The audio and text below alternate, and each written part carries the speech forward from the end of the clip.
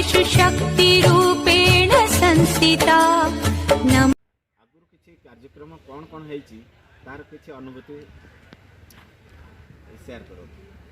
आमर जो मैंने बर्तमान आज्ञा जो मान आनुकूल स्थान गढ़ी उठुला स्वर्गत गोपीनाथ साहू, उदयनाथ साहू, प्रताप किशोर साहू से जिते प्रथम थाना प्रतिष्ठा करते जाति भाई मानू नहीं आम कि बैठक करूँ और सभा समिति करने संगे संगे आम भोजर आयोजन करूँ। आम भितर एकता थिला किंतु स्वर्गत गोपीनाथ साहू, प्रताप किशोर साहू, उदयनाथ साहू एम देहांत पर किछि दिन कोरोना रे वर्तमान समग्र विश्व जो कबलित होता आमर कौन सभा कार्य अनुष्ठित हो नाला।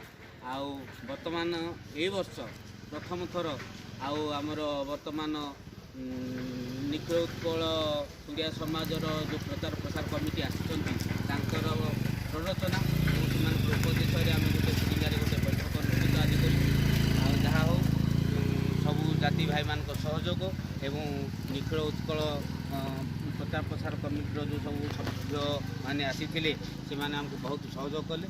आम आशा कर आगामी दिन में फिरिंगा थाना मजबूत हो आपण को सूर्या साधव समाजर प्रचार प्रसार कमिटी तरफ कौन वार्ता दे प्रसार प्रचार कमिटी आमको बहुत भल वार्ता देती आम भितर एकता केमती प्रतिष्ठा हे और आम केमती एकताबद्ध भाव रहीबू एवं जो सब समाजर जातिर भाई माने आम थान मिसी ना से मिश्रण हे से सहित आलोचना कले और से उद्बोधन देले पर मुहूर्त में आम अनुभव करूँ से आम जाति के सामिल आम थानी सामिल आपणकर आगामी लक्ष्य कौन रहिबो? आमर आगामी लक्ष्य आज्ञा जमी बर्तमान आम तो 5 राज्य आसिक कंधमाल बर्तमान बसति स्थापन करके थाना प्रतिष्ठा करूँ, समाज प्रतिष्ठा करूँ। आम चिंता करूँ आगामी दिन में आम 5 राज्य थुड़िया समाज और निखिल उत्कल समाजर गोटे विराट बड़ बैठक हम महासभा हम जो दिन आम महासभा करने ये कृतकार्य हबू आम जानबू जे आम समाज जाति किसी गोटे आम कलु। सूर्या साधव समाज फिरिंगिया तुरिया समाजर युवक मानक आपणकर वार्ता कौन रहिबो? युवक मानकर आम वार्ता रहा वर्तमान नीति संस्कृति परंपरा आस्ते आस्ते समस्ते भूली गले। वर्तमान ये नीति परंपरा संस्कृति भितर केमती समस्ते रहिबे एवं आम जातिर परंपरा एवं आमर कौलिक वृत्ति से निहाती जानिबा दरकार एवं आम भितर जो एकता सद्भावना रही आम साधारणतः वर्ष को थे एकत्रित हो जोटा हूँ आमर ओडिया मानकर साधव मानकर बड़ पर्व दशहरा।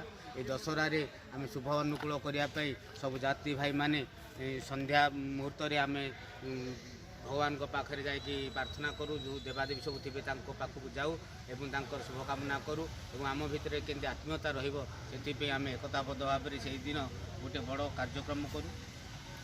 आगामी दिन आपणकर कि कार्यक्रम करेंगे बोली आशा रखी?